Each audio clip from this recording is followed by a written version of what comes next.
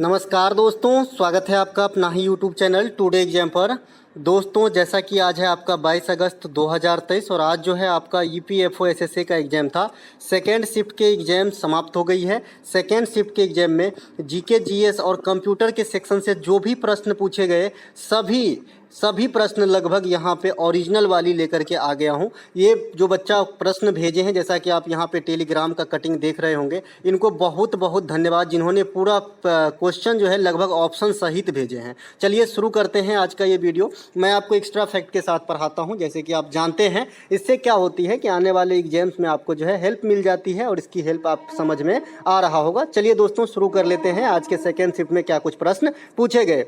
एक प्रश्न पूछे गए थे, थिगमे पाबू लद्दाख में प्रचलित है, यह क्या है? तो थिगमे पाबू जो है ये लद्दाख के अंदर महिलाओं को पहनने वाली एक जूती होती है। ठीक है, तो महिलाओं का जो जूता है या फिर इसे हम जूती कह देते हैं, तो ये आपका थिगमो पाबू है जो आपके लद्दाख में विशेष रूप से बनाई जाती है और प्रचलित है। इसके अलावा बाजूबंद ये आपका गोवा में पाई जाती है। गोवा के अंदर एक पेय पदार्थ है, फेनी इसका नाम है। लोग तारी के जैसा इसे गोवा के अंदर पीते हैं, तो इसे भी आपको ध्यान रखना है। फेनी एक पेय पदार्थ है जो गोवा में इस्तेमाल किया जाता है। इसके अलावा पेठा का नाम आपने सुना होगा, ट्रेन वगैरह में भी बिकते रहता है, व्हाइट कलर का, है ना। तो ये पेठा क्या है, हम लोग इसे गांव घर में मुरब्बा बोलते हैं, लेकिन आगरा में इसे पेठा बोला जाता है। ये आगरा का पेठा काफ़ी ही मशहूर होते हैं, तो आगरा में पेठा एक खाद्य पदार्थ है मीठा वाला। इसके अलावा चंदेरी साड़ी, ये कहाँ पर मिलेगा आपको? तो एमपी के अंदर चंदेरी साड़ी मिलेगा। इसको जीआई टैग भी दिया गया था, तो ये बात भी आपको ध्यान रखना है। जादेरी, नमकटी, ये क्या है? तो तमिलनाडु का साड़ी है, एक प्रकार का पोशाक है। इन्हें भी जीआई टैग के लिए नॉमिनेट किया गया था और मिल भी गया है। ठीक है, तो ये सब बात ध्यान रखेंगे, क्योंकि जो कल्चर है, जो आपका किसी खास रीजन में कोई चीज़ प्रचलित है, ये क्वेश्चन जो है आज दोनों शिफ्ट में पूछे गए हैं आपके ईपीएफओ के एग्जाम में। एक प्रश्न आपसे पूछा गया है कि स्टेट रिकॉग्नाइज एक्ट 1956 भारत को कितने स्टेट और केंद्र शासित प्रदेश में रखा था या बांटा था या फिर डिवाइड करके दिए थे? नहीं, तो ये आपका जो है स्टेट रिकॉग्नाइज एक्ट 1956, वैसे तो पहले 16 किए थे, लेकिन बाद में जब फाइनली डाटा दिए तो इन्होंने 14 राज्य और 6 केंद्र शासित प्रदेश में भारत को बांटा था। इसके अलावा राज्य पुनर्गठन आयोग के तहत बनने वाला प्रथम राज्य कौन सा है? तो आंध्र प्रदेश है। और राज्य पुनर्गठन आयोग की जो अध्यक्ष थे ये कौन थे? तो फजल अली थे। कौन थे? फजल अली। इसके अलावा जब संविधान का निर्माण हुआ तो उस समय भारत का जो है 8वीं अनुसूची में कुल कितने भाषा थे? तो आप कहोगे जी सर 14, अभी लेकिन वर्तमान में कितने हैं? तो 22 है।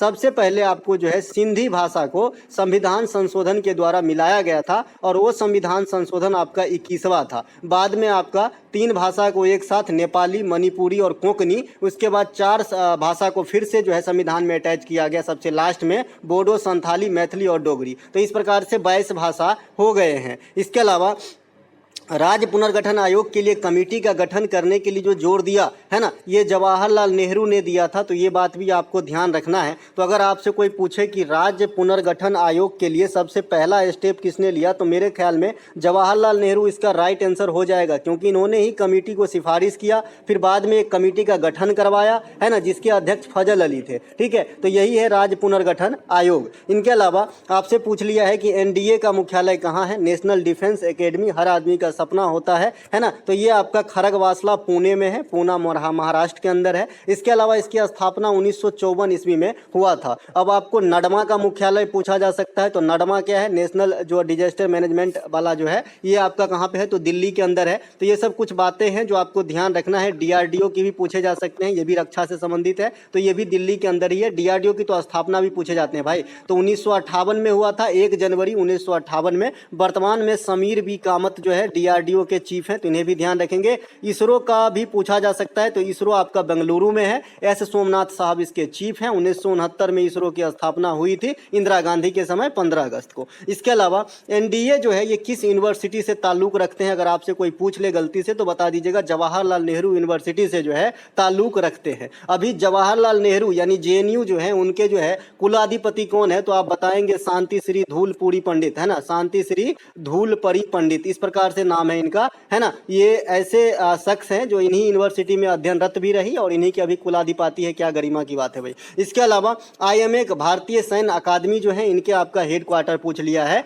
तो भारतीय सैन्य अकादमी जो है इनका मुख्यालय आपका देहरादून उत्तराखंड के अंदर स्थित है। भारतीय सैन्य अकादमी की स्थापना की बात करेंगे तो आपका जो है जब भारत स्वतंत्र भी नहीं हुआ था उससे पहले ही हुआ था 1932 में, जो आज तक कार्यरत हैं। यहाँ पे जो है ऑफिसरों लोगों का ट्रेनिंग दिया जाता है आपका देहरादून में। अगर आप UPSC पास करेंगे तो एक आपका लवसना है, इसमें आपको जाना पड़ता है, तो उसी प्रकार का ये मिलिट्री में समझ लीजिए। इनके अलावा भारतीय वन सर्वेक्षण का मुख्यालय कहाँ पे है, तो ये आपका जो है देहरादून के अंदर ही स्थित है। अगर आपसे कोई पूछे कि भारत में वन सर्वेक्षण की रिपोर्ट कितने साल के बाद आती है, तो आप बताओगे ये बाइनियल है, 2 साल में एक बार आती है। पिछला आपका 21 में आया था, अभी 23 में आने ही वाला होगा, रास्ते के अंदर है। इसके अलावा देहरादून में के जो आपकी राजधानी है, उत्तराखंड की राजधानी देहरादून, और दूसरी राजधानी भी उत्तराखंड की है गैरसैंण, ये ग्रीष्मकालीन राजधानी है। और देहरादून अपने आप में सबसे बड़ा दून है इंडिया का, तो ये बात भी ध्यान रखेंगे। अब दून क्या होता है, दोआब क्या होता है, मैं एक दिन आपसे अलग से क्लास जब ज्योग्राफी का पढ़ाऊंगा तो वहां पे मैं आपको बता दूंगा। भारत कब संयुक्त राष्ट्र संघ के सदस्य बने थे, देखिए इस क्वेश्चन में जो है अच्छे अच्छे बच्चे गलती कर आएंगे होंगे, हल्के में जिन्होंने भी लिया होगा, क्योंकि आप जानते हैं कि संयुक्त राष्ट्र संघ के स्थापना के समय भी भारत जो है उसमें मिले रहे थे, है ना। तो स्थापना के पूर्व भी कुछ बात हुआ होगा। आप घर बनाओगे तो पहले चर्च विमर्श तो करोगे ना भाई, कि घर की दरवाजा किधर होनी चाहिए, पूजा का घर किधर होना चाहिए। तो इस प्रकार से जब चर्च विमर्श हो रहा था तो उसमें भी भारत शरीक थे। लेकिन आधिकारिक रूप से जब UNO का गठन हो गया तो उसके बाद जब दर्जा पे हस्ताक्षर हुआ, है ना, कि भाई आपको जो है दर्जा दे दिया गया है, तो ये डेट अलग है। लेकिन जब शरीक हुए थे तो वो डेट अलग है। तो डिपेंड करता है कि ओरिजिनल लैंग्वेज क्या था। तो संयुक्त राष्ट्र संघ की पुष्टि के बाद भारत 30 अक्टूबर 1945 को संयुक्त राष्ट्र संघ का जो है सदस्य बना था। अगर आपसे कोई पूछे कि संयुक्त राष्ट्र संघ के अस्थायी सदस्य कौन है, तो इंग्लैंड, फ्रांस, रूस, चीन, अमेरिका, ये 5 सदस्य देश हैं जो परमानेंट सदस्य हैं आपका, अस्थायी सदस्य हैं आपका किसके अंदर, UNA के अंदर। ठीक है भाई। इसके अलावा अस्थायी सदस्यों को जो है 2 साल के लिए चुना जाता है। अभी भारत जो है आपका 31 दिसंबर 2022 की इसकी जो है अस्थायी वाली अध्यक्षता समाप्त हो गई, तो वर्तमान में भारत इसके अस्थायी अध्यक्ष भी नहीं है। ठीक है, लेकिन सदस्य हैं, है ना। सदस्य होना एक अलग बात है, अस्थायी अध्यक्ष चुने जाना एक अलग बात है, और परमानेंट अध्यक्ष तो उसकी बात ही अलग है, जो 5 है, इंग्लैंड, फ्रांस, रूस, चीन, अमेरिका। ठीक है भाई। इनके अलावा संयुक्त राष्ट्र संघ के संस्थापक देश में शामिल होने थे इसकी जो कोडिंग भारत राष्ट्र संघ ने जो है आपका 26 जून 1945 को ही टच में था। मतलब जब आपका 24 अक्टूबर 1945 को आपका जो है संयुक्त राष्ट्र संघ की स्थापना हुई, तो इससे पहले ही जो है आपका भारत जो है संयुक्त राष्ट्र संघ के जो विचार विमर्श हो रहे थे 26 जून 1945 से ही टच में थे, है ना, समझ रहे हैं। इसके अलावा संयुक्त राष्ट्र संघ को क्या कहा जाता है, तो द्वितीय विश्व युद्ध का वरदान कहा जाता है। ये द्वितीय विश्व युद्ध के बाद जो है इस प्रकार की संस्था को जो है बसाया गया, जो लगभग पूरे दुनिया पे कंट्रोल करता है ना। जैसे आप आपराधिक मामले को पूरे दुनिया पे कंट्रोल करने वाली संस्था कौन सा है, तो इंटरपोल है ना, इंटरपोल, है ना, आपराधिक मामले की सुनवाई करता है। इसी प्रकार से संयुक्त राष्ट्र संघ जो है सभी तरह की जो है बातों को सुनते हैं और ये पूरे दुनिया का रक्षक है ना। इनके अलावा पूरे दुनिया मतलब भाई यहाँ पृथ्वी की बात कर रहा हूँ मैं, ब्रह्मांड में मत चला जाना। इसके अलावा संयुक्त राष्ट्र संघ के सभी शाखा का मुख्यालय कहाँ पे है, न्यूयॉर्क में है। लेकिन एक ऐसी शाखा है जिसका मुख्यालय द हेग में है, द हेग, है ना, द हेग में है। ये कहाँ पे है, नीदरलैंड में है। और ये अंतर्राष्ट्रीय न्यायालय का जो मुख्यालय है ना वो द हेग में है। मैं इसे करेक्शन कर दूंगा। इसके अलावा संयुक्त राष्ट्र संघ के वर्तमान महासचिव कौन है, तो एंटोनियो गुतेरस है। तो ये बात भी आपको ध्यान रखना है। इनके अलावा निम्नलिखित में से फलीदार पौधे का उदाहरण आपसे पूछ लिया। अच्छा, एक चीज छूट रहा है यहाँ पे, अगर आपसे कोई पूछे कि संयुक्त राष्ट्र संघ के आधिकारिक भाषा कौन से हैं, तो आप लोग बताइएगा इंग्लिश और फ्रेंच जो है, माफ कीजिएगा, ये कार्यकारी भाषा है। इसमें अभी कार्यों का निष्पादन करते हैं UNO, ठीक है। लेकिन आधिकारिक भाषा और भी है, अरबी भी है, स्पेनिश भी है, रशियन भी है ना। तो ये जो है आधिकारिक मतलब लिया गया है, लेकिन अभी कार्यों का निष्पादन नहीं हो रहा है। लेकिन जो अभी कार्य का निष्पादन हो रहा है ये अंग्रेजी और फ्रेंच में हो रहा है। इसी प्रकार से समझिए जैसे आप हाई कोर्ट या सुप्रीम कोर्ट में जाएंगे तो आपको अर्जी अंग्रेजी में देना होगा। इसके अलावा निम्नलिखित में से फलीदार पौधे का उदाहरण कौन सा है, तो ऑप्शन में सिंगदाना दिया गया था, ग्राउंडनट। तो ये आपका राइट आंसर हो जाएगा। महाराष्ट्र में जो मूंगफली होती है उसे सिंगदाना बोला जाता है, तो हमने भी यहाँ सिंगदाना ही लिख दिया है, अगर आप लोग नहीं समझे तो, है ना भाई, सिंगदाना। अच्छा, महाराष्ट्र के जो एक चीज और है जो मैं आपको बता दूं, इसे पीठ कहते हैं, ठीक है, पीठ कहते हैं। किस चीज को भाई, पीठ किस चीज को कहते हैं, जो अपन गांव घर में आटा कहते हैं ना, आटा, है ना, आटा, चावल गेहूं किसी चीज की हो सकती है, तो इसे महाराष्ट्र में पीठ कहा जाता है। तो ये बात भी आपको ध्यान रखना है। इसके अलावा फलीदार पौधे का उदाहरण मटर चना भी होते हैं। फलीदार पौधा या दलहनी वाला जो पौधा होते हैं उसके जड़ में एक विशेष प्रकार के जीवाणु पाए जाते हैं, बैक्टीरिया पाए जाते हैं, जैसे राइजोबियम वगैरह, नाइट्रोमोनास वगैरह, ये पाए जाते हैं, जो क्या करता है, नाइट्रोजनी स्थिरीकरण में भाग लेता है। अगर आपसे कोई पूछे कि भाई पेड़ पौधे नाइट्रोजन का जो स्रवण करते हैं कैसे करते हैं, तो आप बताइएगा नाइट्रेट के रूप में करते हैं। ये बात भी आपके कई बार एग्जाम में आ चुकी है। इसके अलावा गुलाम वंश की स्थापना कब हुआ, ये ऐसा नहीं पूछा था कि गुलाम वंश की स्थापना को मैच करना था आपको, और भी वंश दिए गए होंगे, लेकिन मुझे सिर्फ गुलाम वंश प्राप्त हुआ है, इसीलिए मैं गुलाम वंश को आधार बनाया हूँ। एक आध क्वेश्चन तो लैंग्वेज डिफरेंस रहेगा ही दादा, है ना। मैं अपने हिसाब से पूरी कोशिश करता हूँ कि आपको सही जो है कंटेंट दूं और सही उसका जो है एक्सप्लेनेशन दूं, ताकि एक बार अगर आप सुन लिए तो इस प्रकार के क्वेश्चन रात के 2 बजे भी कोई पूछे तो आंख मूंद के बताइए दादा, इसी पे फोकस कर रहा हूँ, है ना। और अपने हिसाब से पूरा देने की कोशिश करता हूँ, बाद बाकी तो आप लोग जानते ही होंगे। गुलाम वंश को ममलूक वंश भी कहा जाता है, ये बात भी ध्यान रखेंगे। एनटीपीसी 2016 में ये आया हुआ क्वेश्चन है, और अधिकांश बच्चे जो है पेन खटखटा के दांत से आ गए, है ना, कि ममलूक वंश कौन सा वंश हो गया भाई, है ना। ये इधर खोज रहे थे, ये सल्तनत काल की वंश है ना। इसके संस्थापक कौन थे, तो कुतुबुद्दीन ऐबक थे। आप जानते हैं कुतुबुद्दीन ऐबक कौन थे। कुतुबुद्दीन ऐबक एक गुलाम हुआ करता था, बाद में जो है उनको घृणा होने लगा इन सब चीजों से, तो बाद में अच्छा शासक बनने की प्रयत्न किया, लेकिन तुरंत ही चल बसे, ठीक है। कुतुबुद्दीन ऐबक को लाख वक्स कहा जाता है, ये बात भी आपको ध्यान रखना है। इनकी मृत्यु कैसे हो गई थी, तो चौगान खेल रहे थे भाई साहब, तो घोड़ा से गिर गए, और उसी घोड़ा से गिरने के कारण जो है इनकी मृत्यु हो गई थी। 2.5 दिन का झोपड़ा जो है ये कुतुबुद्दीन ऐबक ने बनवाया। कुतुब मीनार की नींव रखवाए थे कुतुबुद्दीन ऐबक ने। नींव रखवाना और बनाने में दोनों में फर्क है ना। जैसे अब मैंने नींव रखा और मेरा भाई ने घर बनाया, तो किसका नाम होगा, नाम तो मेरा भी होगा, लेकिन बनाने का श्रेय जो है उनको दिया जाएगा, और मेरा श्रेय जाएगा कि नींव रखा था। तो कुतुब मीनार का जो नींव रखने का काम है, क्योंकि ये बीचे में चल बसे, है ना, तो बाद में कौन पूर्ण करवाया, इल्तुतमिश ने करवाया। अब इल्तुतमिश कौन है भाई, तो ये रजिया का पप्पा है और नसरुद्दीन मोहम्मद के भाई पप्पा हैं, ठीक है। इसके अलावा ये कुतुबुद्दीन ऐबक का गुलाम भी था और दामाद भी था, ठीक है। तो ये बात भी ध्यान रखेंगे। इल्तुतमिश ने तुर्कान ए चिहलगानी दल का गठन किया था, तो ये बात भी आपको ध्यान रखना है। इसके अलावा जो जीतल और टका नामक सिक्के चलाए थे, ये इल्तुतमिश ने ही चलवाए थे। तो यहाँ से आपसे पूछा जाता है कि जीतल किस चीज़ का बना हुआ था, तो आप कहोगे जी कॉपर का, और टका बना था एर्जेंटम यानी चांदी का। तो दोनों बात ध्यान रखेंगे। इनके अलावा इल्तुतमिश को गुलाम वंश का वास्तविक संस्थापक माना जाता है। जैसे अगर आपसे कोई पूछे कि भारत में कार्यपालिका का जो वास्तविक यूटिलाइज है, जो उपयोग करते हैं, कौन करते हैं, तो आप कहोगे जी पीएम करते हैं। लेकिन कार्यपालिका का प्रधान कौन होता है, प्रेसिडेंट होता है। तो अगर खाली कार्यपालिका का प्रधान पूछे तो प्रेसिडेंट, लेकिन वास्तविक लगा के इंफेसाइज कर दिया तो आप क्या करोगे, फिर पीएम आंसर मारना पड़ेगा। तो बहुत सारे ऐसे चीज है जो आपको जो है थोड़ा सा नॉलेज वास्ट करके रखना पड़ेगा। जैसे आपने कहा कि भाई जैन धर्म के संस्थापक कौन है, तो आप सभी जानते हैं कि आदिनाथ या ऋषभदेव है। लेकिन अगर जैन धर्म के वास्तविक संस्थापक मैं लगा दूं इसी लफ्ज में, तो आपको फिर भगवान महावीर आंसर मारना पड़ेगा, ठीक है भाई। तो ऐसे बहुत सारे क्वेश्चन है और भी गिना दूंगा। इनके अलावा गुलाम वंश के प्रमुख शासक कौन हुए, बलबन। बलबन जो है ये काफी अच्छे शासक हुए गुलाम वंश में। इन्होंने राजाओं की पावर को काफी ज्यादा बढ़ा दिया था।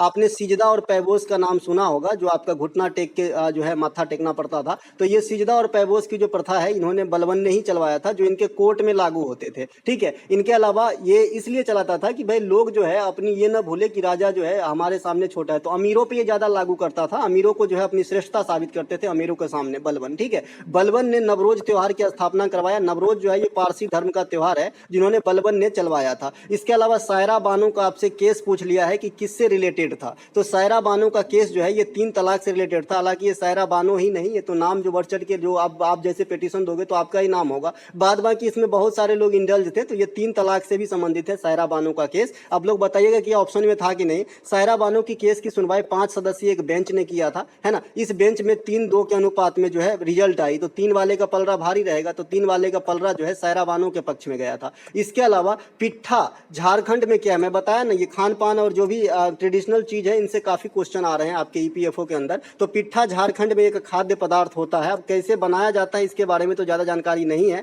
लेकिन पिट्ठा जो है झारखंड का एक खाद्य पदार्थ है। इसके अलावा झारखंड का एक सोहराई खोबर पेंटिंग भी है, चूंकि जीआई टैग इसे भी मिल चुका है, तो इसे भी ध्यान रखेंगे। सोहराई खोबर पेंटिंग झारखंड, और मिथिला पेंटिंग बिहार को भी नहीं भूलिएगा, ठीक है। इसके अलावा बर्ली पेंटिंग महाराष्ट्र महाराष्ट्र को भी नहीं भूलिएगा, रंगोली पेंटिंग महाराष्ट्र को भी नहीं भूलिएगा, भित्ति चित्र उड़ीसा को भी नहीं भूलिएगा। तो ये सब एक की बात में ध्यान रख लीजिएगा, एक जैसा चीज को एक जगह रखिएगा, काफी दिन तक रहेगा। इसके अलावा ठेकुआ, ये ठेकुआ जो है ये बिहार में बनाया जाता है, इस प्रकार के होते हैं ठेकुआ, है ना, ये बिहार में बनाया जाता है ठेकुआ, है ना, इस प्रकार से इस पे फूल भी बने रहते हैं। तो ये खाद्य पदार्थ है जो छठ पर्व के अवसर पे बनाया जाता है। ये मीठा पकवान है जो गुड़ में बनाया जाता है, गुड़ समझते हैं ना, जो खाने वाला होता है आपका गन्ना का बनता है। इसके अलावा गुज्जर गुजरात के संबंध में क्या है, तो भाई मेरे हिसाब से तो गुज्जर एक जाति है ना। गुजरात में जो नागभट्ट प्रथम था, ये गुज्जर प्रतिहार वंश के ही तो शासक थे, तो इनके तो शासन व्यवस्था जो है गुजरात तक भी फैला था, है ना। तो बाद में जो है गुज्जर प्रतिहार वंश के नाम पे ही शायद इनका नाम गुजरात रहा है। मैं इसमें कंफर्म नहीं हूँ, आप लोग मुझे ऑप्शन जरा बताएंगे कि गुज्जर में और क्या था, या फिर गुर्जरी था, गुज्जर था या फिर गुर्जरी था। गुर्जरी होगा तो मामला बदल जाएगा, ठीक है। तो अगर गुज्जर है तो फिर जाति हो जाएगा, ठीक है भाई। गुज्जर समुदाय गुजरात के अलावा राजस्थान में भी आपसे पाया जाता है। बैसला साहब का नाम आपने सुना होगा, गुज्जर समुदाय के लिए तत्पर रहे थे। इनके अलावा बैसला मतलब एक आदमी का नाम था, करोड़ी सिंह बैसला नाम था, है ना, हाँ करोड़ी सिंह ही बैसला था। इसके अलावा गुजरात में पालिताना का जैन मंदिर, मोढेरा का सूर्य मंदिर, स्टेच्यू ऑफ यूनिटी, एशिया का सबसे बड़ा सीएनजी टर्मिनल भावनगर गुजरात, अनुसंधान केंद्र, नमक अनुसंधान केंद्र, इसके अलावा दुनिया का सबसे बड़ा स्टेडियम नरेंद्र मोदी स्टेडियम, ये सभी के सभी तमाम चीजें जो है आपके गुजरात के अंदर ही स्थित है, ठीक है भाई। मोढेरा एक ऐसा गाँव इंडिया का बना है जो 24x7 सौर ऊर्जा संचालित गाँव बना है, यानी 24 घंटा सौर ऊर्जा से जो है ये गाँव संचालित होते हैं। इसके अलावा स्टेच्यू ऑफ यूनिटी जो है 182 मीटर ऊंची प्रतिमा सरदार वल्लभ भाई की प्रतिमा है, जो नर्मदा नदी के किनारे गुजरात के केवड़िया या एकता नगर में स्थित है। इसके मूर्तिकार राम सुतार है, मैंने आपसे पूछ भी लिया था। इसके अलावा जो आपका नरेंद्र मोदी स्टेडियम है, इसका नाम पहले मोटेरा स्टेडियम था, अब जो है नरेंद्र मोदी स्टेडियम हो गया है। पंजाब को कुल कितने डिवीजन में बांटा गया है, ऐसे प्रश्न आपसे पूछ लिया है। तो पंजाब को 3 डिवीजन में बांटा गया है ना, 3 डिवीजन में। ये 3 डिवीजन मालवा, माझा और दोआबा है, ठीक है। तो ये पंजाब को 3 डिवीजन में ध्यान रखेंगे। इनके अलावा पंजाब के वर्तमान मुख्यमंत्री कौन है, भगवंत सिंह मान है, जो आपका किस पार्टी के हैं, तो आम आदमी पार्टी का। अब आम आदमी पार्टी जो है ये नेशनल पार्टी हो चुका है, नेशनल लेवल का, तो ये बात भी ध्यान रखेंगे। इनके अलावा आंध्र प्रदेश को भाषाई आधार पर बनाने हेतु पहला कदम किसने उठाया, तो मेरे ख्याल में जवाहरलाल नेहरू साहब ने ही कमेटी को बैठाया था, राज्य पुनर्गठन आयोग के जो है कमेटी बनाने हेतु इन्होंने ही जो है निर्माण करवाया था। तो मेरे हिसाब से जवाहरलाल नेहरू आपके ऑप्शन में होंगे और यही राइट आंसर होंगे। इसके अलावा अगर आंध्र प्रदेश के जवाहरलाल नेहरू ऑप्शन में नहीं है तो आंध्र प्रदेश के जो स्थानीय लोग थे, है ना, वो भी हो सकता है ना। तो डिपेंड करता है कि क्वेश्चन क्या था ओरिजिनली, ये वाला क्वेश्चन थोड़ा सा शक है। इसके अलावा क्योंकि इन्होंने बच्चे ने लिखा है कि किसने फास्ट मूव किया आंध्र प्रदेश को अलग बनाने के लिए, ऐसा कुछ लिखे हैं। इसके अलावा शांति में नोबेल पुरस्कार आपसे पूछ लिया गया है। बहरहाल हम यहाँ पे इमेज दिखाएंगे आपको। बिलियात्स्की को दिया गया था, लेबर्टीज को दिया गया था,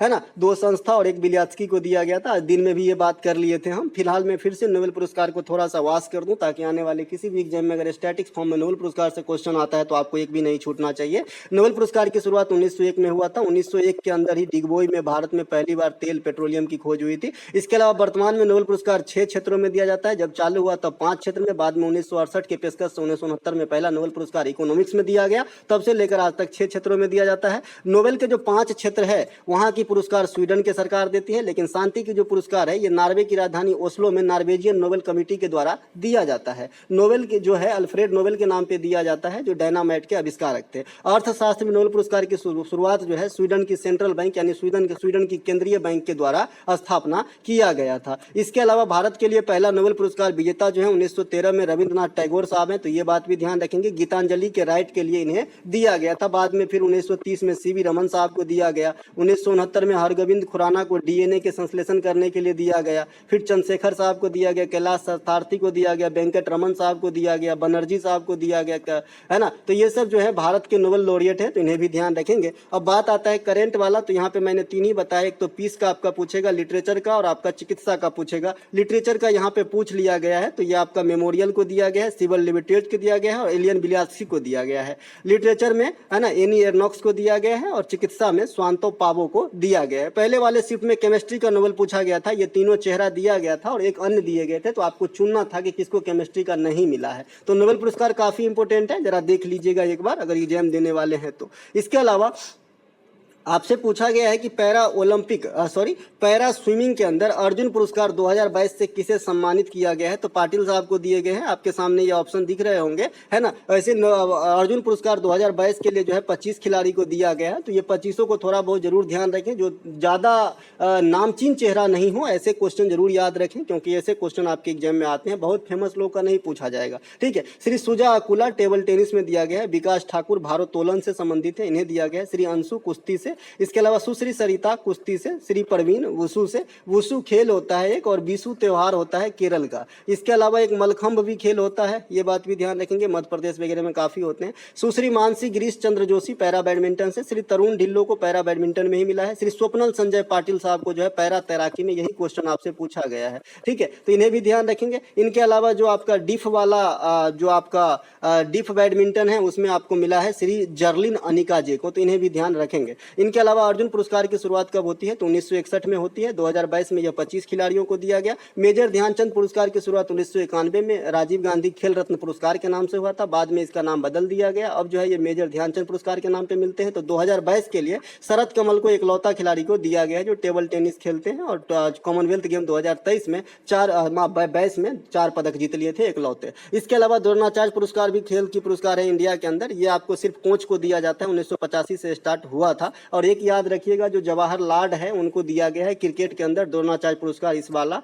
जो रोहित शर्मा के कभी कोच रहे हैं, तो ये बात भी आपको ध्यान रखना है। एक क्वेश्चन झील से आया है, लेकिन उसका आंसर डायरेक्ट बच्चे ने बताया है कि सुपीरियर झील आंसर था। देखिए सुपीरियर झील जो है ये ताजे पानी का झील है ना। बाद बाकी जो आपका कैस्पियन सागर वगैरह हैं ये खारे पानी का झील है। कैस्पियन सागर दुनिया में सबसे बड़ी झील है, लेकिन ये खारे पानी की झील है। तो मेरे ख्याल से ऐसा होगा कि क्वेश्चन की निम्नलिखित में से कौन सा खारे पानी की झील नहीं है, तो आपका सुपीरियर झील हो जाएगा। या फिर ऐसा क्वेश्चन पूछा जा सकता है कि निम्नलिखित में से ताजे पानी का झील कौन सा है, तो सुपीरियर झील हो जाएगा। इंडिया में भी जो लगून झील है ये खारे पानी का झील आपका चिल्का है, लगून भी है और खारे पानी का झील भी है। इंडिया में ताजे पानी का झील जो है बुलर झील है, जम्मू कश्मीर के अंदर स्थित है। इंडिया में सबसे बड़ा झील जो है बेम्बनादन झील है, जो आपका केरल के अंदर स्थित है। तो ये बात सब आपको ध्यान रखना है। बाद में कि हुसैन सागर झील हो गया आपका आंध्र प्रदेश वगैरह में, पुलिकट झील है। इसके अलावा लोकटक झील मणिपुर में है, पुलिकट झील तमिलनाडु और आंध्र प्रदेश में है। तो इस प्रकार से कुछ झील है ना। सांभर झील राजस्थान में है ना। तो ये सब ध्यान रखेंगे। बुल्ढाना झील महाराष्ट्र में है। इसके अलावा निम्नलिखित में से कौन सा इंडोथर्मिक रिएक्शन का उदाहरण है, इस प्रकार के क्वेश्चन आपसे पूछे गए हैं।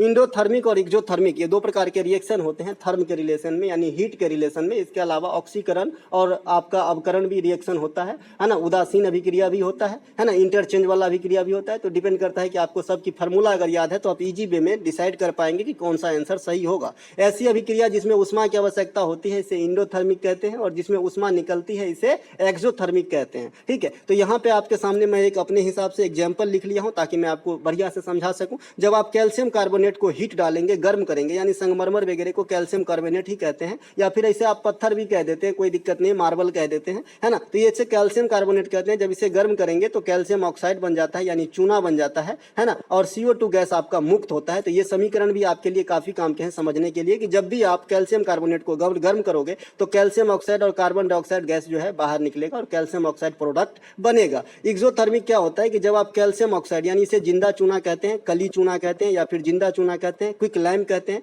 जब इसको आप जल के साथ प्रतिक्रिया कराओगे तो आप देखोगे कि हीट निकलता है। ये तो सभी किए होंगे गाँव घर में। जब दिवाली आती है और जब पहले हमारे पास मिट्टी का घर होता था तो उसे चूना से चुनटते थे ताकि जो है लाइट करे, है ना भाई। उसमें नील भी डालते थे हम लोग, है ना। तो चूना से जो चुनटते थे, तो जब चूना को पानी में डाला जाता था तो खौलने लगता था पानी से। क्या हो रही थी, इरेक्शन हो रही थी, और क्या होती है, हीट जो है, हीट बाहर निकल रही थी, हीट जो है ये बाहर निकल रही थी, ठीक है। और जल तो आप सभी समझते हैं। और कैल्शियम जो ऑक्साइड है ये जिंदा चूना होता है। जब इसमें डालेंगे तो बाल्टी गर्म हो जाती थी और क्या बनता था, प्रोडक्ट नीचे बैठ जाता था, क्या, कैल्शियम हाइड्रोक्साइड। कैल्शियम हाइड्रोक्साइड को क्या कहते हैं, बुझा हुआ चूना। आपने वेल्डिंग वाली मशीन के बाहर फेंका हुआ देखा होगा, ये कैल्शियम हाइड्रोक्साइड ही है, बुझा हुआ चूना ही है, ठीक है। जब फेंक देते हैं बाहर जो आपका नीचे सिट्ठी बच जाता है। इसके अलावा बाइनरी सिस्टम, अब कंप्यूटर से कुछ प्रश्न है, वैसे तो 7-8 भेजे हैं, लेकिन 3-4 का लैंग्वेज ही क्लियर नहीं था तो मैंने नहीं लिया। बाइनरी सिस्टम किस पर काम करता है, तो बाइनरी सिस्टम जो है 0-1 पे काम करता है। लॉजिक पे आप जानते हैं 0-1 0-1 0-1 1 इस प्रकार से लिखा रहता है, ये कंप्यूटर पढ़ता है, इसे बाइनरी सिस्टम कहते हैं। यहाँ पे आपको एक चीज और बता दूं कि 4 बिट बराबर एक निवल होता है। ये क्वेश्चन अच्छे एग्जाम में आ जाता है। 4 बिट बराबर एक निवल, ठीक है। 8 बिट बराबर 1 बाइट, है ना। इसके अलावा 1024 बाइट बराबर आपका जो होता है 1 KB होता है। है। इसी प्रकार से 1024 के क्रम में चलेंगे, एमबी हो जाएगा, जीबी हो जाएगा, टीबी हो जाएगा, है ना, ये सब हो जाएगा। इसके अलावा एक कंप्यूटर का प्लॉटर, स्कैनर, इसमें आपको इनपुट आउटपुट पहचानना था। तो जो प्लॉटर है ना, ये आउटपुट डिवाइस होते हैं और स्कैनर जो है इनपुट डिवाइस होते हैं। अगर ऐसा आपको समझ में नहीं आता हो हार्डवेयर सॉफ्टवेयर क्या है, इनपुट आउटपुट क्या है, तो एक ही बात मन में देहाती भाषा में याद रखिएगा, जिस चीज को हम कोई भी चीज देते हैं तो ये हमारा इनपुट डिवाइस है, और जिससे हम कोई चीज प्राप्त करते हैं ये हमारा आउटपुट डिवाइस। अभी मॉनिटर को मैं ले लूँ तो मॉनिटर को आप कुछ देते हो थोड़ी हो, सिर्फ पिक्चर देखते हो या फिर कोई फाइल वगैरह देखते हो, तो ये क्या है, आउटपुट है भाई, है ना। लेकिन कीबोर्ड जो है टक टक, इसमें मैं क्या देता हूँ, इनपुट दे रहा हूँ, तो ये क्या हो जाएगा, इनपुट डिवाइस हो जाएगा। तो ऐसे आप ध्यान रख सकते हैं। लेकिन प्रॉब्लम क्या आती है कि हम जनरली बच्चे हर चीज से जो है तो मतलब परिचित पहले रहते नहीं है। तो अभी प्लॉटर अगर मेरे सामने आ जाए तो पहले अगर मान लीजिए आ जाता, अगर मैं भी पढ़ रहा होता तो मान लो कि प्लेटर आ जाता, है ना, तो अगर हो सकता है कि मैं इसको नहीं जान रहा होता कि प्लॉटर क्या होती है। तो पहले तो इन सब चीज़ों की थोड़ा सा कंप्यूटर में रुचि लीजिए, थोड़ा सा पढ़िए कोई भी एक अच्छा किताब से, है ना। इसके अलावा जो आपका हार्डवेयर सॉफ्टवेयर का मैंने बात कहा, जिसको आप हाथ से टच कर सकते हो ना, सभी हार्डवेयर है। अगर आप हाथ से टच नहीं कर सकते हो, मुझे एमएस वर्ड को कोई टच करके बता दे, है ना, तो ये सब जो है आपके सॉफ्टवेयर के अंदर आ जाएगा। अब सॉफ्टवेयर के अंदर भी कई प्रकार के सॉफ्टवेयर होते हैं, एप्लीकेशन सॉफ्टवेयर होते हैं, सिस्टम सॉफ्टवेयर होते हैं, है ना। तो ये बात जो है आपको थोड़ा बहुत ध्यान रखना है। एक आपसे पूछा था कि वर्ड प्रोसेसर क्या है, ऑप्शन में एमएस वर्ड दिया था। ये एमएस वर्ड जो है आपका वर्ड प्रोसेसर है, ये एप्लीकेशन सॉफ्टवेयर है। इस प्रकार से जो है ये क्वेश्चन आज पूछे गए थे सेकंड शिफ्ट में। हम मिलेंगे कंबाइंड शिफ्ट वाली वीडियो के साथ, तब तक के लिए जय हिंद। दोस्तों आज प्रैक्टिस सेट की वीडियो नहीं आएगा, आ पाएगा, वर्कलोड थोड़ा ज्यादा है, कल आएगा प्रैक्टिस सेट का वीडियो, अभी शाम के समय, है ना। तो मिलेंगे हम अगले वीडियो में कंबाइंड शिफ्ट वाले में, तब तक के लिए जय हिंद।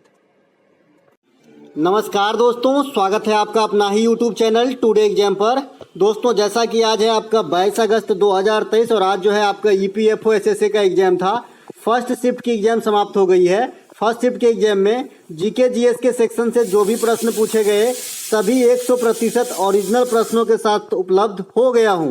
दोस्तों जैसा कि आप जानते हैं मैं 100% ओरिजिनल प्रश्नों के साथ साथ fact to fact important extra fact दूंगा जो आने वाले किसी भी एग्जाम में हूबहू दिखेंगे। तो चलिए दोस्तों शुरू करते हैं आज का ये वीडियो। एक प्रश्न आपसे पूछा गया था, पाथेर भांड लोक नृत्य किस राज्य से संबंधित है। भाई ने भाई एकदम बता दिया था कि ये जो एक तो भांड है और एक आपका पाथेर भांड है। मैंने इसे याद रखने के तरीके कैसे बताए हैं कि भाई 2019 से पहले जम्मू कश्मीर में आए दिन पत्थरबाजी होती रहती थी, पत्थर उठाया उधर फेंक दिया। तो इससे आपको याद रखना था कि भाई जम्मू कश्मीर का पाथेर भांड, खाली भांड कहेगा तो पंजाब। तो दोनों बात ध्यान रखना है भाई आने वाले दिनों के लिए, है ना। भांड खाली पंजाब और पाथर भांड जम्मू कश्मीर। अब नवरेह का फेस्टिवल ये भी जम्मू कश्मीर में होता है। ये जम्मू कश्मीर के नववर्ष है नवरेह। जैसे आप नववर्ष असम के अंदर बिहू मना लेते हो, केरल के अंदर आप बीसू मना लेते हो, है ना, तमिलनाडु के अंदर आप पोतांदू मना लेते हो, है ना, जैसे आपने महाराष्ट्र के अंदर गुड़ी पाड़वा मना लेते हो। तो ये नववर्ष का अलग अलग जगह पे पंजाब हरियाणा में बैसाखी मना लेते हो। उसी प्रकार से नवरेह जो है जम्मू कश्मीर के अंदर मनाए जाने वाली नववर्ष फेस्टिवल है। हिकत डांस ये भी आपका जम्मू कश्मीर से ही संबंधित है। तो ये बात भी आपको ध्यान रखना है, ठीक है भाई। इनके अलावा स्पुतनिक, गस्टर, हिमिस, लोसार ये सब कहाँ मिलेंगे आपको, तो लद्दाख में मिलेंगे। कहाँ मिलेंगे, लद्दाख में मिलेंगे। और ये लोसार और कहाँ पे मिलेंगे, तो हिमाचल प्रदेश और अरुणाचल प्रदेश में भी मिलेंगे। ये त्योहार है बौद्ध धर्म से संबंधित, तो इन्हें भी ध्यान रखेंगे। इनके अलावा कलबेलिया, कठपुतली, घूमर, पनिहारी, गणगौर ये सब राजस्थान के प्रमुख नृत्यों में से हैं, जिनमें कलबेलिया को गुलाबो सपेरा का नृत्य कहा जाता है। इसके अलावा ये जो आपका गणगौर है, इसी फेस्टिवल के अवसर पर ये घूमर डांस होती है। और घूमर डांस सबसे पहले भील समुदाय के महिलाओं के द्वारा स्टार्ट किया गया था। वर्तमान में ये राजस्थान का जो है एक फेमस लोक नृत्य है, ठीक है भाई। इनके अलावा रजत क्रांति आपसे पूछ लिया गया है। रजत क्रांति का संबंध अंडा उत्पादन से आप सभी जानते हैं। संडे हो या मंडे रोज खाओ अंडे, बच्चे लोग बोलते हैं, सब मैं नहीं बोलता हूँ। गोल्डन फाइबर जूट को कहा जाता है, क्योंकि मेरा मानना है कि आप शाकाहारी रह के भी तंदुरुस्त रह सकते हो। जैसे हमने कभी कुछ नहीं खाया फिर भी ठीक है भगवान के दया से। इनके अलावा लाल क्रांति टमाटर और मीट से संबंधित है, तो इन्हें भी ध्यान रखेंगे।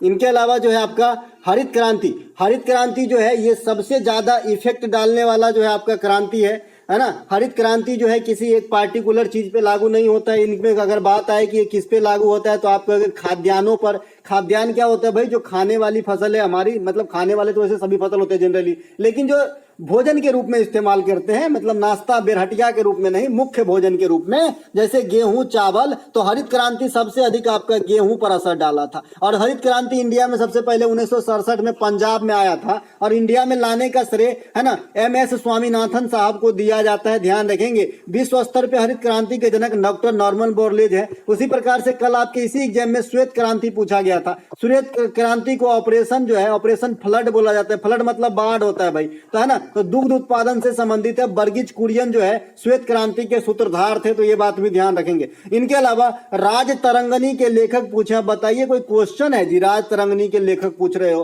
राज तरंगनी के लेखक जो है ये कल्हन है। कुछ क्वेश्चन ऐसे आए हैं जो मैं भी छोड़ के आता, मैं दिखाऊंगा अभी क्वेश्चन, है ना। ये कल्हन है राज तरंगनी के लेखक। अब राज तरंगनी में क्या होती है, कश्मीर का इतिहास बताया गया है राज तरंगनी के अंदर। इसी प्रकार से एक किताब आपको ध्यान रखना है, किताब उल हिंद, है ना। जिस प्रकार से ये कश्मीर का इतिहास बताता है, उसी प्रकार से हम हिंदुस्तान के बारे में जानकारी ले सकते हैं किताब उल हिंद से। इन किताब के लेखक कौन है, अल बरूनी साहब। कौन है, अल बरूनी, अल बरूनी। अच्छे बच्चे कंफ्यूज कर जाते हैं जब ये क्वेश्चन आपके सामने आता है कि तोता-ए हिंद किसे कहा जाता है। उस ऑप्शन में अल बरूनी भी रहता है और अमीर खुसरो भी रहते हैं। अब किसे मारे भाई, तो अमीर खुसरो को टिक कीजिए। तोता-ए हिंद के लिए अल बरूनी किताब उल हिंद या भारत का किताब के लेखक हैं। कल्हन आपका लिखा गया है, राज तरंगनी कल्हन के द्वारा लिखा गया है, जो कश्मीर का इतिहास, अब पूरे इंडिया लेवल का इतिहास जो है आपका किताब उल हिंद बताता है, जानकारी मिलता है भाई। इनके अलावा राज तरंगनी का फारसी में अनुवाद भी करवाया जैनुल आबदीन, और यही जैनुल आबदीन है जिसे कश्मीर का अकबर कहा जाता है ना भाई। मुद्रा राक्षस के लेखक कौन है, विशाखा दत्त है। नेचुरल हिस्ट्री एक किताब का नाम है जिसके लेखक प्लिनी है। कौन है, प्लिनी है। तो ये बात भी ध्यान रखेंगे। अभिज्ञान शकुंतलम कालिदास के द्वारा लिखा गया है। कालिदास को भारत में शेक्सपियर कहा जाता है, भारत का शेक्सपियर। इसके अलावा संवाद कौमुदी के लेखक राजा राम मोहन राय हैं। रेहला के लेखक इब्न बतूता हैं। इब्न बतूता कहाँ से आए थे, तो मोरक्को से आए थे, है ना। मोरक्को से मोहम्मद बिन तुगलक के काल में आए थे इब्न बतूता। इनके अलावा इंडिका के लेखक मेगास्थनीज हैं। इंडिका के लेखक जो है मेगास्थनीज, ये चंद्रगुप्त मौर्य के दरबार में आए थे। तो एक से एक बात होगी, बहुत अच्छे बात होगी, आराम से सुनिए, ठीक है भाई, काम आएगी। इसके अलावा एक प्रश्न आपसे पूछा गया है कि जो आपका नोबेल का पुरस्कार है, नोबेल के पुरस्कार हैं, तो इनसे एक क्वेश्चन आया है, लेकिन क्वेश्चन क्लियर नहीं है कि क्वेश्चन क्या आया है। बहरहाल मैंने आपको नोबेल पुरस्कार के ऊपर इतनी डोज तो जरूर दे दिया हूं कि क्वेश्चन चाहे कुछ भी पूछे, आपसे क्वेश्चन छूटेगा नहीं। ना, आइए बताते हैं कैसे। देखिए, नोबेल पुरस्कार की शुरुआत आपका 1901 ईस्वी में हुआ था, सबसे पहले 5 क्षेत्र में। अब ये किसके नाम पे दिया जाता है, तो अल्फ्रेड नोबेल के नाम पे, अल्फ्रेड नोबेल के नाम पे जो है नोबेल पुरस्कार दिया जाता है। अल्फ्रेड नोबेल के नाम पे ही आवर्त सारणी का एक तत्व का नाम है नोबेलियम। क्या नाम है, नोबेलियम। ये इन्हीं के नाम पे रखा गया है। अल्फ्रेड नोबेल साहब जो है ये डायनामाइट के आविष्कारक था। ये डायनामाइट क्या होता है, विस्फोटक पदार्थ होता है, ठीक है। तो इनके जो मतलब चैरिटी है, जो इनके द्वारा धन एकत्रित है, उसी धन से ये पुरस्कार की संस्था जो है चलाई जाती है। आफ्टर मतलब ये तो अब डेथ हो गया, अब तो जिंदे नहीं है ना। और ये नोबेल पुरस्कार की शुरुआत कब होती है, तो आपका 10 दिसंबर को प्रतिवर्ष होती है। उस दिन नोबेल साहब की मृत्यु हुई थी। तो जब चालू हुआ था 1901 ईस्वी में, तो उस समय 5 क्षेत्रों में। फिर क्या हुआ 1968 में, है ना, स्वीडन के सेंट्रल बैंक, अब सेंट्रल बैंक कहने का मतलब है कि वहां का जो केंद्रीय बैंक है, राइट, है ना, इन्होंने एक प्लान करा कि क्यों ना इको के अंदर भी नोबेल पुरस्कार दिया जाए। तब से लेके पहला पुरस्कार जो है 1969 के अंदर इको में भी बटा, है ना। तो अब जो है नोबेल पुरस्कार 5+1 6 क्षेत्रों में दिया जाता है। अब इस पुरस्कार में थोड़ा सा क्लू है ना। अगर आपको कहे कि भाई 5 सेक्टर में पुरस्कार कहां से आता है, तो आप कहोगे कि नॉर्वे के स्वीडन के सरकार के द्वारा आता है, ठीक है। 5 सेक्टर में स्वीडन के सरकार के द्वारा, और शांति वाली जो पीस वाली नोबेल प्राइज है ये आपके नॉर्वे के सरकार द्वारा आता है, ठीक है। ये शांति की नोबेल पुरस्कार जो है ये ओस्लो में आपको दिया जाएगा। ओस्लो नॉर्वे की राजधानी है। बाद में की स्वीडन की राजधानी स्टॉकहोम में ये 5 पुरस्कार दिए जाएंगे। कौन कौन से 5, फिजिक्स, केमिस्ट्री, बायोलॉजी, है ना, इसके अलावा साहित्य, और इसके अलावा शांति तो चला गया वहां पे इकोनॉमिक्स, तो है ना, फिजिक्स, केमिस्ट्री, बायोलॉजी, इकोनॉमिक्स, और जो साहित्य है ये आपको मिलेगा स्वीडन के अंदर, और जो शांति है, जो पीस है, ये मिलेगा आपको नॉर्वे के अंदर। ठीक है भाई, है ना। नॉर्वेजियन को नोबेल कमेटी के द्वारा जो है आपको शांति में नोबेल पुरस्कार प्रोवाइड किया जाएगा। आशा करते हैं कि आप लोग भी जीतिए बड़े होके।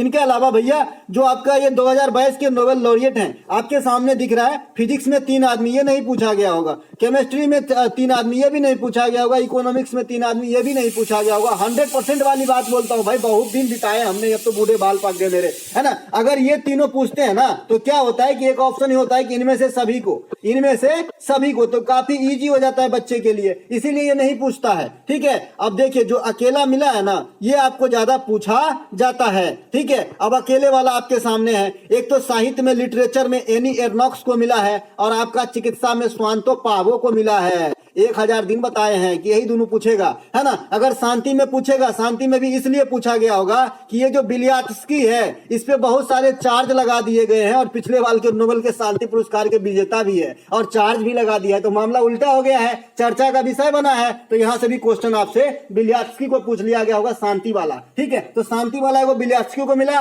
और एगो आपको मेमोरियल को मिला है, ये संस्था का नाम है, और एगो आपको सिविल लेबोरेटरीज को मिला है। एगो यूक्रेन का है, एगो रूस का संस्था है, और एगो बिलियात्स्की आदमी है। तो इन तीनों को मिला है भाई शांति का। तो देख लीजिएगा कौन सा पूछा गया होगा। आई थिंक नोबेल पुरस्कार के बारे में अच्छे खासी जानकारी आपको यहाँ पे मैं दे पाया। इसके अलावा फोकलैंड का युद्ध कब हुआ था, आपसे पूछ लिया है भाई। फोकलैंड का युद्ध जो है ये 1982 में, अर्जेंटीना वगैरह इसमें शामिल थे, यहीं पर हुआ इसका युद्ध जो है आपका 1982 में। राइट आंसर 1982 मारिएगा अगर ऑप्शन में था तो। इसके अलावा फ्रांसीसी क्रांति इसी प्रकार का विदेशी क्रांति है, 1789 में होती है। फ्रांसीसी से रिलेट करके क्वेश्चन आपको पूछता है कि बैस्टिल डे कब मनाया जाता है, बैस्टिल डे कब सेलिब्रेट करते हैं, तो आप क्या बोलोगे बैस्टिल डे के लिए? तो बैस्टिल डे के लिए आपको बोलना है ना, कि भाई 14 जुलाई को मनाया जाता है। तो ये बात भी आपको ध्यान रखना है। इसके अलावा अमेरिका का स्वतंत्रता संग्राम कब होती है ना, 4 जुलाई 1776 को। इसीलिए 4 जुलाई को अमेरिका अपना स्वतंत्रता दिवस मनाते हैं। ठीक है, इनके अलावा जो 4 जुलाई है ये एक ब्रह्मांडीय घटना भी होती है, इसे हम अपसौर कहते हैं। अपसौर का क्या भाई मतलब, तो उस दिन जो है पृथ्वी के रिलेशन में सूर्य अधिकांश दूरी पे होती है, तो इसे हम अपसौर कहते हैं। और जिस दिन कम दूरी पे रहते हैं, ये घटना 3 जनवरी को होती है, तो इसे उपसौर कहते हैं। तो 4 जुलाई को अपसौर याद रखिएगा, काफी बार एग्जाम में आता है भाई, है ना। और 3 जनवरी को जो है ये उपसौर होता है। उपसौर का मतलब सूर्य और जो पृथ्वी है नजदीक की, मतलब के बीच की दूरी कम से कम होगा। ठीक है, इनके अलावा प्रथम विश्व युद्ध 1914 से कब तक चला था, ये क्वेश्चन काफी इंपोर्टेंट रहती है। तो 1914 से 1918, और दूसरी विश्व युद्ध 1939 से 1945 तक चला था। अगर आपको कहे कि द्वितीय विश्व युद्ध का गिफ्ट क्या है, तो आप कहोगे यूएनओ जो है संयुक्त राष्ट्र संघ, ये द्वितीय विश्व युद्ध की देन है, गिफ्ट है भाई, है ना। जो पूरे वर्ल्ड पे जो है एक तरीके से संरक्षक है पूरे वर्ल्ड का, है ना। इनके अलावा राष्ट्र संघ की स्थापना कब हुआ, ये तो संयुक्त राष्ट्र संघ है यूएनओ, एक सिर्फ राष्ट्र संघ था। तो राष्ट्र संघ की स्थापना 1920 में हुआ था, प्रथम विश्व युद्ध के उपरांत। ठीक है, तो सभी बात ध्यान रखेंगे। इनके अलावा एक आपसे पूछा है कि चम्मन्ना एंड गुंता इस प्रकार की फिल्म की भाषा क्या थी, तो ये ओडिसी भाषा की पिक्चर है, उड़िया पिक्चर है, ये उड़िया पिक्चर, ये 1985-86 में आया था। एक पिक्चर और पहले पूछता था, पाथेर पंचाली, है ना, ये भी आपको ध्यान रखना है, इस्मत चौगुदई। इसके अलावा एक प्रश्न आप, चलती का नाम गाड़ी, है ना, चलती का नाम गाड़ी, ये सब भी जो है पिक्चर रेलवे के एग्जाम में काफी, इस्मत चौगुदई नाम है, इस प्रकार से जो है आपको ध्यान रखना है ना। तो ये सब जो है, ये जो पिक्चर है पुराने, उनको जरूर ध्यान रखना है, आपको एग्जाम में काम आ जाएगी। इस एग्जाम में ही खाली काम आएगी, बाद बाकी और कहीं भी पिक्चर से ऐसे क्वेश्चन तो आप नहीं पूछे जाते हैं, आउट ऑफ सिलेबस भाई। इसके अलावा 2022 में जो नोबेल पुरस्कार मैंने बताया, ये आपको बता ही दिया है। इसके अलावा पान्नू भाजू ड्रेस किस राज्य से संबंधित है, पन्नू भाजू ड्रेस, तो ये गोवा से संबंधित है, गोवा का जो है परिधान है ना, पन्नू भाजू ड्रेस, तो ये बात भी ध्यान रखेंगे। इसके अलावा मैंने उस दिन आपको याओसांग फेस्टिवल पे जो आप पहना जाता है, वहां का परिधान, उसका भी नाम बताया था। आप लोगों को अगर याद हो तो कमेंट कीजिएगा, फिर बता रहा हूं। याओसांग को मणिपुरिया होली कहा जाता है, 5 दिन तक मनाई जाती है। थबल चोंगबा नृत्य इसी होली के दौरान मणिपुर के अंदर किया जाता है। इसके अलावा गोवा का प्रमुख त्योहार तरंग मेल और सिमगो है, सिमगो जो है ये गोवा का होली है। इसके अलावा गोवा में कौन सी भाषा बोली जाती है, तो कोंकणी भाषा बोली जाती है।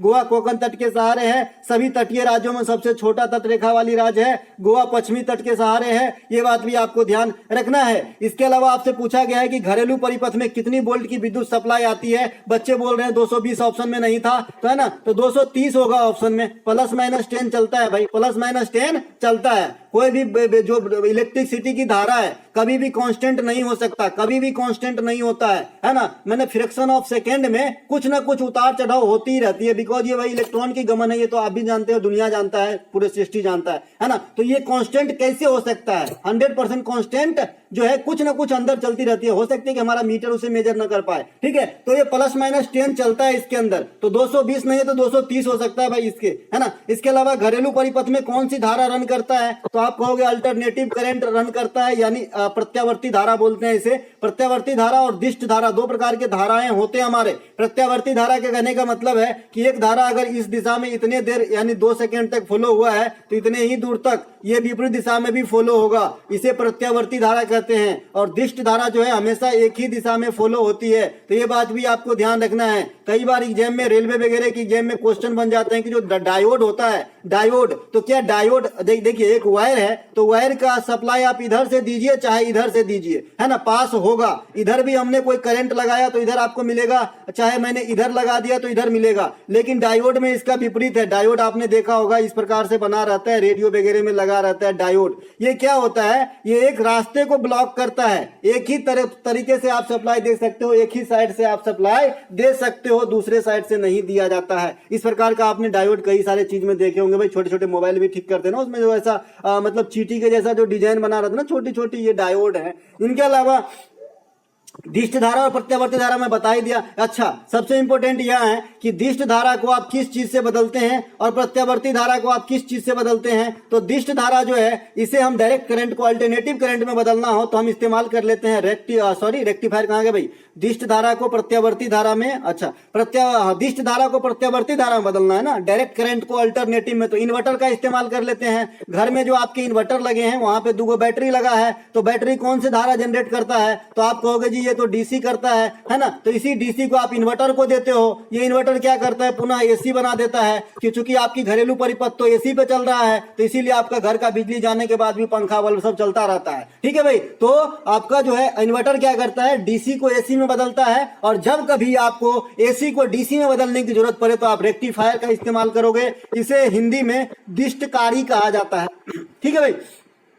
इसके अलावा अगला प्रश्न पूछा गया, साहित्य अकादमी पुरस्कार 2022 पंजाबी भाषा के लिए किसे मिला है, तो सुखजीत को मिला है। कल हमने साहित्य अकादमी पुरस्कार पे काफी लंबा थेसिस दे दिया था भाई, आशा करते हैं कि आपको यहाँ से कुछ ना कुछ फायदा जरूर हुआ होगा। साहित्य अकादमी पुरस्कार 24 भाषा में दिया जाता है। ये 24 भाषा कौन से हैं, तो 22 तो हमारा संवैधानिक भाषा है, प्लस इंग्लिश है और प्लस आपका राजस्थानी है, तो ये वो 24 भाषा है जिसमें आपको साहित्य अकादमी पुरस्कार मिलेगा। हिंदी के लिए किसे मिला है, अंग्रेजी के लिए किसे मिला है, ये तो आपसे पूछ लिया गया। तो अब जो छोटी छोटी भाषा है इनके बारे में थोड़ा सा क्वेश्चन देख के जाइएगा, क्वेश्चन पूछ रहा है ना। ये पीडीएफ मैं आपको टेलीग्राम पे तो दे ही दूंगा, है ना, और व्हाट्सएप पे भी दे दूंगा। तो देखिए जो असमिया भाषा में है ये आपका, है ना, असमिया भाषा में जो लेखक है प्रद्युम्न कुमार गोगोई, इनको मिला है। बंगाली में सुमन पतारी, इसको मिला है। बोडो में अलमर मंचू, इसको मिला है। डोगरी में आशु शर्मा, इसको मिला है। इस प्रकार से इंग्लिश में अनुराधा राय को मिला है। तो इस प्रकार से जो है आपको देख लेना है थोड़ा सा साहित्य अकादमी पुरस्कार,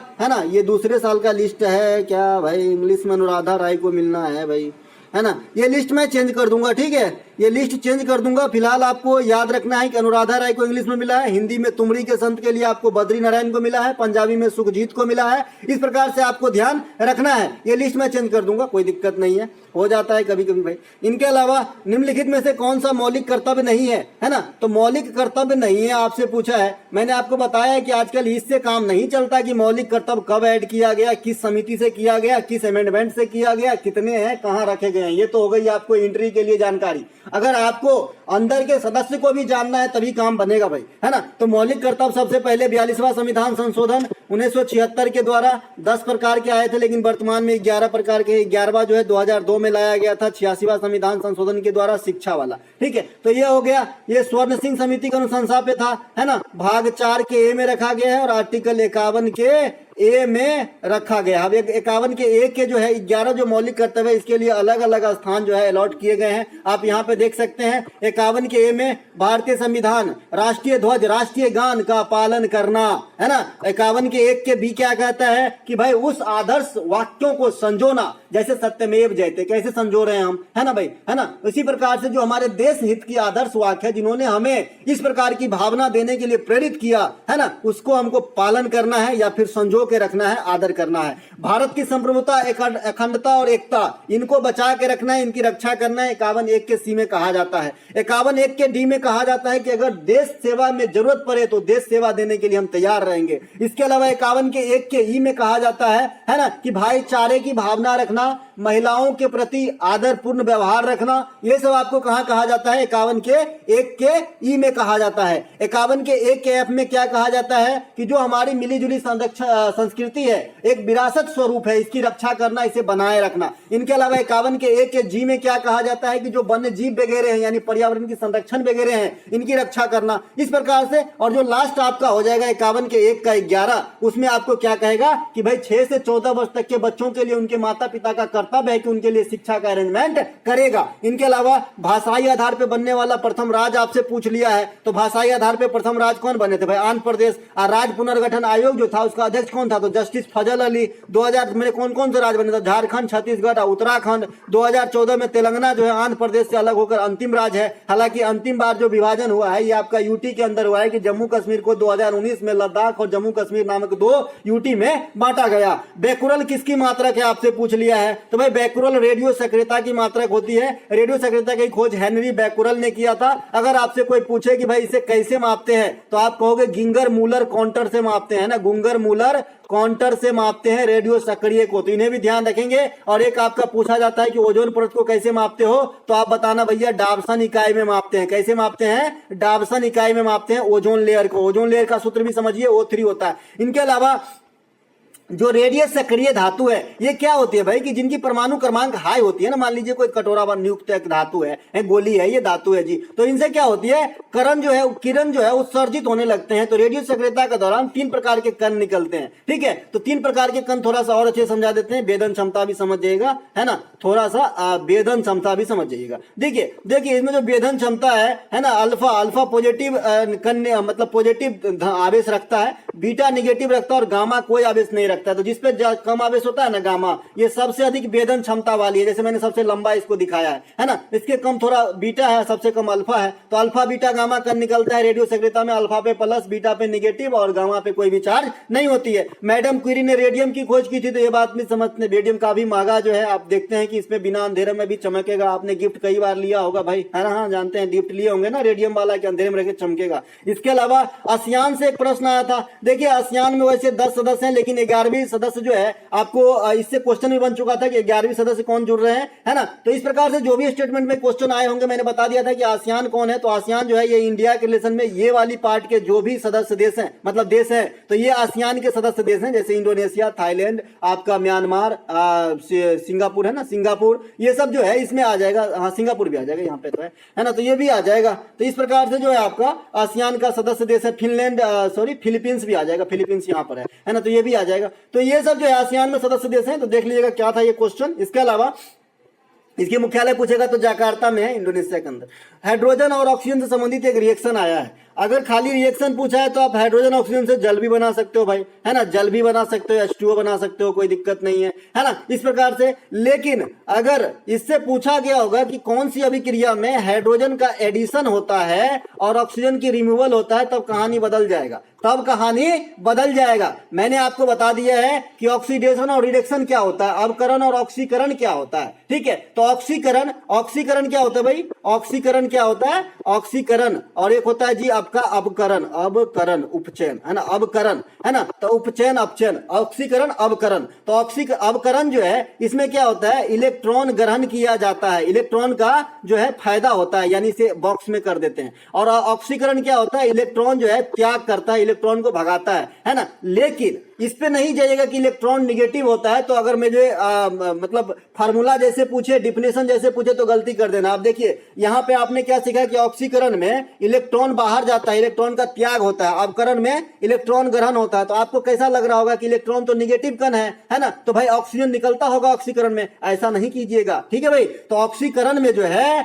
एडिशन ऑफ ऑक्सीजन होगा, एडिशन ऑफ ऑक्सीजन, ऑक्सीजन का ऐड करना होगा आपको ऑक्सीकरण के अंदर, और रिमूवल ऑफ हाइड्रोजन होगा, हाइड्रोजन का रिमूवल होगा ऑक्सीकरण के अंदर। अवकरण के अंदर इसका उल्टा होगा, हाइड्रोजन का एडिशन होगा और ऑक्सीजन का रिमूवल होगा, ठीक है भाई। तो मैं इसलिए दोनों तरीके से आपको डिफिनेशन बताया, क्योंकि बच्चे को क्या लगता है इलेक्ट्रॉन निगेटिव है, ऑक्सीजन की भी प्रकृति में कई दफा जो है अभिक्रिया वगैरह किसी तत्व में दिखते हैं -2 होता है, तो हमको क्या लगता है कि ऑक्सीजन भी निगेटिव है तो ये भी निकल रहा होगा, ऐसा कतई नहीं करना है भाई। ऑक्सीकरण में एडिशन ऑफ ऑक्सीजन होता है, अवकरण में रिमूवल ऑफ ऑक्सीजन होता है। तो दोस्तों ये थे आपके फर्स्ट शिफ्ट में आए प्रश्नों का एनालिसिस। अगर आपको अच्छा लगे तो लाइक जरूर कर लीजिएगा। मिलेंगे अगले वीडियो में। और आज जो है स्पोर्ट पे ऐसा वीडियो ला रहा हूं, ऐसा वीडियो ला रहा हूं कि एक ही खेल वाली वीडियो में सारी खेल खत्म। तो मिलेंगे अगले वीडियो में। जय हिंद दोस्तों।